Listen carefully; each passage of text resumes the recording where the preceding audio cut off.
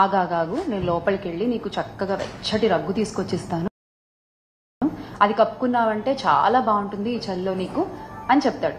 చెప్పి ఆ పెద్ద మనిషి పాటికి ఆ పెద్ద మనిషి వెళ్ళిపోతాడు.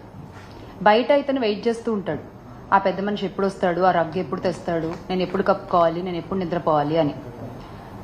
మాట ఇచ్చిన పెద్ద మనిషి ఇచ్చిన మాట సంగతి మర్చిపోతాడు. మరుసటి రోజు ఉదయం ఆ మనిషికి ఆ మాట గుర్తొచ్చి బయటకు వచ్చి చూస్తే అప్పటికి ఆ పేదవాడు చనిపోయి ఉంటాడు. అతని చేతిలో ఒక ఉత్తరం ఉంటుంది. అది తీసుకుంటే దాంట్లో ఇలా రాసి ఉంటుంది, అయ్యా, నా శరీరం చలిలో ఉన్నా ఆ చలికి అలవాటు పడిపోయి ఉంది, బతికున్నా నేను అప్పుడు. కానీ మీరు కలిగించిన ఒక ఆశ వల్ల, మీరు చెయ్యలేనటువంటి ఒక మాటను మీరు చెప్పడం వల్ల, ఆ ఆశతో నా శరీరం ఆ చలికి తట్టుకునే శక్తిని కోల్పోయి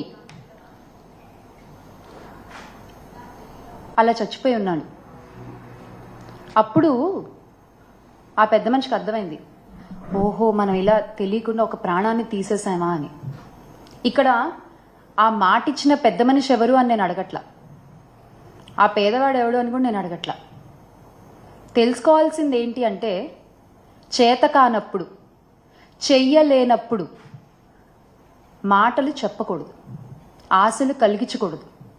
వీటినే అచ్చ తెలుగు భాషలో చెప్పాలంటే శుష్క వాగ్దానాలు అంటారనమాట. ఇప్పుడు ఈ ప్రస్తావన ఎందుకు తీసుకొస్తున్నాను అంటే, చంద్రబాబు నాయుడు గారు మా అక్క చెల్లెమ్మలని, మా మహిళలని మరోసారి నమ్మించి మోసం చేశారు.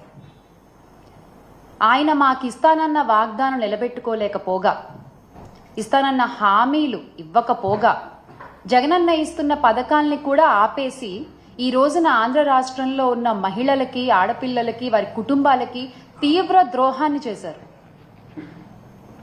ఎన్నికల సమయాల్లో సూపర్ 6 అంటూ పెద్ద పెద్ద బ్రాండింగ్స్ వేసుకున్నారండి కూటమి ప్రభుత్వం.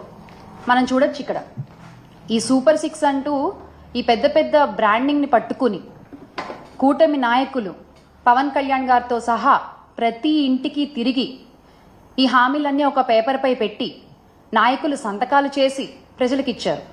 దీన్ని ఒక బాండ్ పేపర్లా భావించండి, మీ ఆ హామీలకి ఎటువంటి ఢోకా లేదు అని చెప్పారు. అందరూ సంతకాలు చేశారు. కానీ ఈ రోజున అధికారంలోకి వచ్చిన తర్వాత వీటి ఊసే లేదు. ఆ రోజున మీరు అబద్ధాలు చెప్పి బాండ్ పేపర్లు అంటూ ప్రతి ఒక్కళ్ళు సంతకాలు చేసి ఈ పేపర్ని ప్రజల చేతిలో ఇలా పెట్టి, ఈ రోజున మీరు వచ్చిన తర్వాత వాటి ఊసే ఎత్తకుండా ప్రజల్ని మోసం చేస్తుంటే, ఆ రోజు మీరు పెట్టిన సంతకాల విలువేంటో మీరే చెప్తున్నారు. ఇదేనా మీ సంతకం విలువ? ఈ రోజు ఉదయం జగనన్న కూడా ఇదే విషయమై ఆంధ్ర రాష్ట్ర ప్రజల పక్షాన, అలాగే మహిళల పక్షాన ఎదుర్కొంటున్నటువంటి సమస్యలపై, ఎగ్గొట్టేసిన హామీలపై ట్విట్టర్ వేదికగా చంద్రబాబు నాయుడు గారిని నిలదీయడం జరిగింది. ఇప్పుడు ఒక సాటి మహిళగా మా మహిళలకు జరుగుతున్న అన్యాయాలపై నేను కూడా అడుగుతున్నాను. ఎందుకని ఇలా పదే పదే మహిళల్ని మీ మాటలతో నమ్మించి మోసం చేస్తున్నారు? ఇది చీటింగ్ కాదా? ఇది అన్యాయం కాదా?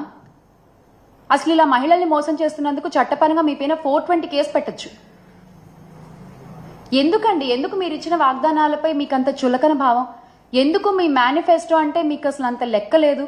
ఎందుకు ప్రజలకు ఇచ్చిన మాటల్ని టేక్ ఇట్ ఫర్ గ్రాంటెడ్ గా తీసుకుంటారు మీరు?